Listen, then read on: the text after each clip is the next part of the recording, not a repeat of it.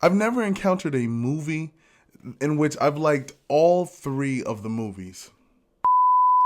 Guys, back on the cinema scale, today we're taking a first look at Paddington in Peru. When Paddington discovers his beloved aunt has gone missing from the home of retired bears, he and the Brown family head to the jungles of Peru to find her. Now, guys, this is the third film in the franchise, and there has been some changes. For example, Paul King does not return to direct this particular movie. Although he is the creator of the story in connection with the film, he doesn't return. This film is directed by Dougal Wilson. And what I find to be interesting is this is his film debut. Also, something to note about the cast, which I found to be very, very hard and, dare I say, discouraging. Sally Hawkins does not return to play our beloved Mrs. Brown. She's replaced by Emily Mortimer, and they don't know as to why she didn't return for the film, but there are rumors. Some are saying that, hey, she wanted to quit and give up the franchise. Others are saying it was her time, as if she went to heaven or something. But in any event, it was shocking to note that one of our main powerful characters is not returning to this film, or did not return. And so that leaves us with a couple of questions. Did her absence affect the quality and greatness of this movie? Well, in this particular movie, Paddington is traveling home to Peru to be able to find out what happened to his aunt. They were kicking it, and then she went missing. And so he, along with the Brown family, go on this epic adventure to find his great aunt, or his aunt. I want to call her great aunt because she's like grandma years, but she's just his aunt, his adoptive aunt. I'm just going to say his aunt. The Brown family is going through that very, very common moment in life where they're just at the point of giving up. The dad is not doing too well at his company because he's just sticking to what he knows best, playing it safe, being calm. And so he's not really doing too well at work. Mom is having painter's block. She's trying to figure out how she's going to be able to keep that line of art going when her daughter Judy leaves for college, which her daughter wants to leave college and go far, far away from the family. And then Jonathan, their son, he's kind of given up on life. He sits around all day. He chills, as it were, but he doesn't really do much of anything. So he really doesn't add to the family dynamic at all. Lot like a bum in this kind of movie. He just sits around doing nothing. In the film, Paddington takes on this great adventure, and because the Browns need a pick-me-up in life, along with the grandmother, they all go to Peru.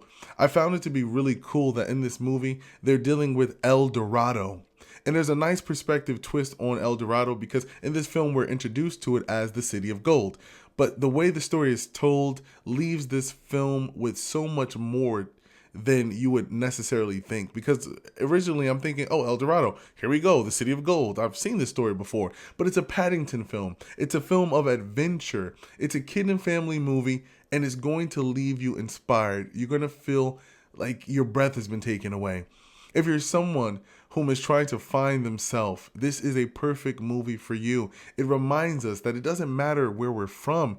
It just matters where we belong and those around us who love us. In this movie, there's a lot of strong growth from Paddington. He learns a lot of different things about himself.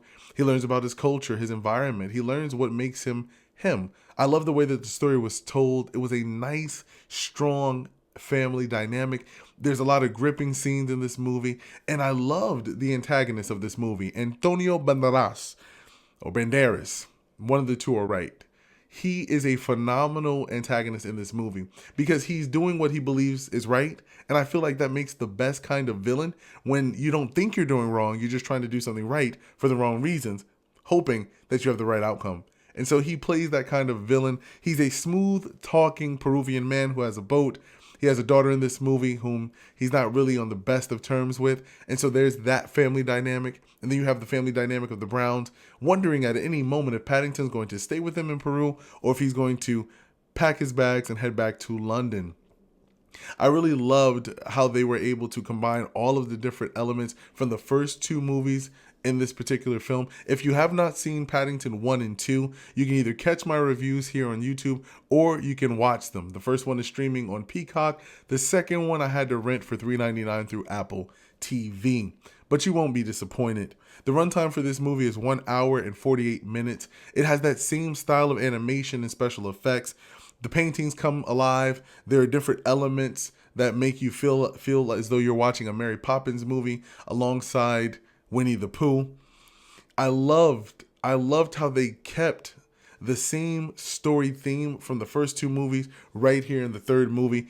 If you're a longtime Paddington fan, the 8-year gap that it took from the second movie to this one is not going to leave you feeling neglected or disappointed. You'll cry just the same as you did for the first two movies. Now, although they recasted Sally Hawkins, you only notice her character has been recasted when she talks. And so when the mother's not talking, you can kind of ignore the fact that her character is no longer there. But Sally Hawkins was awesome.